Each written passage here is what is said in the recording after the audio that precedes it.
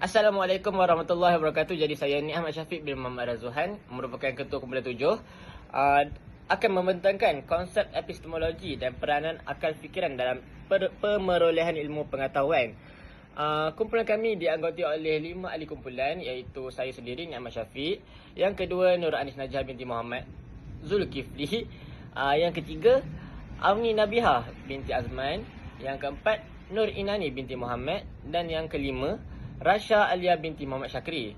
Jadi, epistemologi berasal dari perkataan Greek. Epistisme membawa maksud pengetahuan, manakala logos membawa maksud teori ataupun kajian. Untuk poin yang kedua, epistemologi membincangkan sumber, kaedah dan kesahihan ilmu pengetahuan. Untuk poin yang ketiga, dalam Islam, ilmu pengetahuan diperolehi melalui akal, panca indera dan juga wahyu. Untuk poin yang keempat, terakhir sekali, akal digunakan untuk memahami ilmu, manakala wahyu menjadi panduan kebenaran. Bagi objektif kajian, yang pertama, menjelaskan konsep epistemologi dan peranannya dalam kehidupan manusia. Yang kedua, mengenal pasti sumber-sumber ilmu menurut perspektif Islam seperti akal, panca indera dan wahyu. Yang ketiga, menghuraikan bagaimana konsep epistemologi diaplikasikan dalam kehidupan seharian manusia. Dan yang terakhir sekali, menjelaskan kepentingan penggunaan akal dan wahyu secara seimbang dalam kehidupan seharian. Sekarang saya akan menerangkan tentang konsep epistemologi. Epistemologi terdiri daripada 3 komponen utama, iaitu kepercayaan, kebenaran dan juga justifikasi. Kepercayaan ialah apa yang diyakini oleh individu, tetapi tidak semua kepercayaan itu boleh dianggap sebagai ilmu. Kebenaran pula ialah kesesuaian di antara kenyataan dan realiti. Manakala justifikasi ialah bukti hukum yang dapat menyokong kepercayaan tersebut.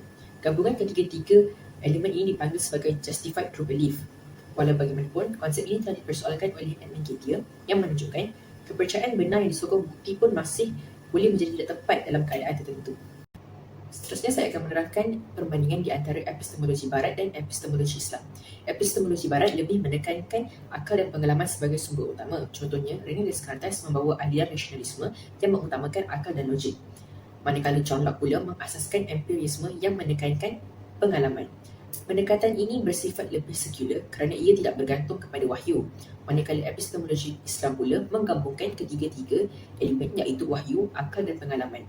Ketiga-tiga elemen ini berpandukan Al-Quran dan Hadis. Ia terbagi kepada 3 bentuk utama, iaitu bayani, iaitu berasaskan teks wahyu, burhani, penggunaan akal dan logik, dan irfani yang melibatkan pengalaman spiritual serta intuisi. Ketiga-tiga pendekatan ini saling melengkapi dan membentuk sistem ilmu yang lebih menyeluruh dalam Islam. Seterusnya, saya akan menerangkan tentang peranan akal dalam epistemologi, iaitu bagaimana akal digunakan untuk mendapatkan dan memahami ilmu. Yang pertama, akal membantu manusia memahami realiti. Melalui pemerhatian, pengalaman dan pemikiran, manusia dapat memahami keadaan sekeliling serta mengenali alam ciptaan Allah dengan lebih mendalam. Yang kedua, akal berperanan dalam mencari kebenaran. Akal membolehkan kita membezakan antara fakta dan pendapat, menilai suatu hujah dan membuat keputusan berdasarkan bukti yang kukuh. Oleh itu, akal sangatlah penting dalam proses mendapatkan ilmu yang benar. Selain itu, akal juga membantu kita berfikir secara kritis dan kreatif. Dengan kebolehan ini, manusia dapat menyelesaikan masalah yang kompleks, menghasilkan idea baharu dan membuat keputusan yang lebih rasional dalam kehidupan seharian. Yang terakhir, akal menjadi asas kepada kemajuan tamadun. Perkembangan dalam bidang sains, teknologi dan pendidikan banyak bergantung kepada kemampuan manusia menggunakan akal untuk berfikir, mengkaji dan mencipta sesuatu yang bermanfaat kepada tamadun. Bagaimanapun, akal mempunyai batasannya yang tersendiri. Pertama, akal bergantung kepada pengalaman dan pengetahuan individu. Ini bermaksud, seseorang yang mempunyai pengalaman dan ilmu yang berbeza mungkin akan membuat penilaian yang berbeza terhadap suatu perkara. Selain itu, akal juga boleh dipengaruhi oleh emosi, prasangka dan pengalaman hidup. Keadaan ini boleh menyebabkan seseorang itu membuat keputusan yang tidak tepat. Seterusnya, akal tidak mampu memahami perkara gaib secara sepenuhnya. Contohnya, perkara yang berkaitan dengan alam akhirat, malaikat atau takdir hanya dapat difahami melalui wahyu yang diturunkan oleh Allah. Akhir sekali, perbezaan tahap pemikiran manusia boleh menyebabkan perselisihan pendapat, termasuk dalam kalangan ulama sendiri mengenai perkara ghaibiyat dan sam'iyat. Oleh itu, akal perlulah dipandu oleh wahyu supaya tidak tersasar daripada kebenaran. Seterusnya, mari kita lihat 4 komponen utama bagaimana ilmu diperoleh. Pertama, melalui panca indera atau kaedah empirikal, kita memperolehi ilmu melalui pemerhatian dan pengalaman menggunakan 5 daya. Contohnya, seorang doktor yang memeriksa suhu badan dan pernafasan pesakit sebelum membuat diagnosis. Kedua, melalui akal atau rationalism. Manusia menggunakan akal untuk berfikir, menganalisis dan membuat penaklukan logik. Kaedah ini yang memacu perkembangan sains, teknologi dan AI. Macam jurutera yang membuat logik untuk membina sistem kecergasan buatan. Ketiga, melalui wahyu atau nakli. Dalam Islam, Al-Quran dan As-Sunnah adalah sumber ilmu tertinggi yang menjadikan panduan hidup, akidah dan akhlak. Contoh mudahnya ialah bagaimana umat Islam merujuk syariat untuk menentukan status halal atau haram sesuatu makanan. Dan yang keempat, melalui autoriti atau sumber sekunder, iaitu ilmu yang diperolehi daripada pakar atau institusi bertauliah. Namun, maklumat ini perlulah dinilai dan tidak diterima bulat-bulat. Contohnya, tindakan masyarakat merujuk kepada doktor dan Kementerian Kesihatan ketika mendepani pandemik COVID-19. Dalam epistemologi Islam, akal dan wahyu adalah saling melengkapi. Wahyu adalah panduan utama kebenaran, manakala akal digunakan untuk memahami dan mengaplikasikannya. Dalam sains, akal berperanan melalui pemerhatian dan eksperimen, manakala wahyu adalah untuk memberi etika dan tujuan kepada eksperimen tersebut. Contohnya, teknologi AI perlu dipandu oleh nilai agama agar ia tidak merosakkan manusia. Dalam sosial pula, akal adalah untuk memahami struktur masyarakat dan menyelesaikan konflik, manakala wahyu memberi panduan moral seperti keadilan. Contohnya dalam sistem ekonomi dan keadilan, ini adalah penting bagi mengelakkan penindasan. Dalam kehidupan harian pula, akan membantu manusia untuk membuat keputusan seperti kerjaya dan kewangan, manakala wahyu adalah untuk menentukan betul atau salah dari segi agama. Contohnya, kita haruslah memilih pekerjaan bukan hanya sekadar gaji, tapi ia haruslah halal. Ini menunjukkan akal dan wahyu saling melengkapi dalam kehidupan manusia.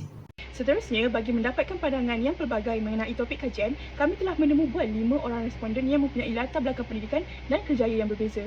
Responden pertama ialah Intan Nur Alisha binti Abdul Latif yang berusia 21 tahun dan merupakan pelajar sarjana muda perubatan di UKM.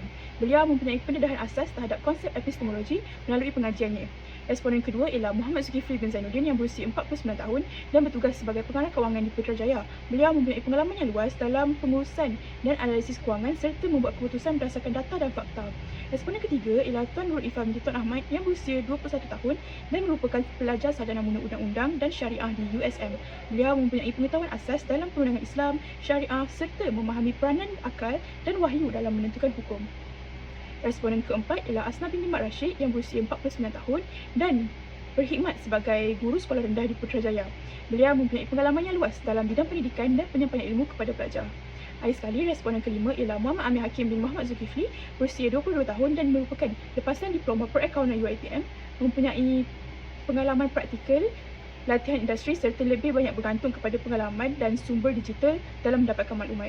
Secara keseluruhannya, pemilihan responden yang terdiri daripada pelajar, profesional dan pendidik membolehkan kajian ini memperoleh pandangan daripada pelbagai perspektif dan latar belakang pengalaman. Seterusnya, berdasarkan temubual yang dijalankan, responden mentafsirkan ilmu mengikut bidang dan pengalaman masing-masing seperti akademik, praktikal, kewangan dan pembentukan diri. Dari segi epistemologi, sebahagian responden memahami konsep ini sebagai kajian tentang sumber dan kesahihan ilmu, manakala sebahagian lagi kurang terdedah kepada istilah tersebut. Bagi sumber ilmu, responden menyatakan pelbagai sumber seperti akal, pengalaman, wahyu, pendidikan formal dan sumber profesional. Semua responden bersetuju bahawa akal penting dalam memperoleh ilmu tetapi mempunyai batasan dan perlu dipandu oleh nilai moral atau wahyu. Dari aspek hubungan akal dan wahyu, terdapat responden yang mengutamakan wahyu, manakala yang lain melihat kedua-duanya sebagai saling melengkapi. Akhir sekali, responden turut menekankan cabaran epistemik semasa, khususnya isu kesahihan maklumat, penyebaran berita palsu, kekeliruan hukum agama dan penipuan data dalam era digital. Sebagai kesimpulan, epistemologi memainkan peranan penting dalam membantu manusia memperoleh, menilai dan menggunakan ilmu dengan betul. Walaupun akal merupakan satu anugerah yang sangat bernilai, ia mempunyai batasannya sendiri. Oleh itu, ilmu bukan hanya bergantung kepada akal semata-mata, tetapi juga perlu dipandu oleh wahyu supaya penilaian yang dibuat lebih tepat.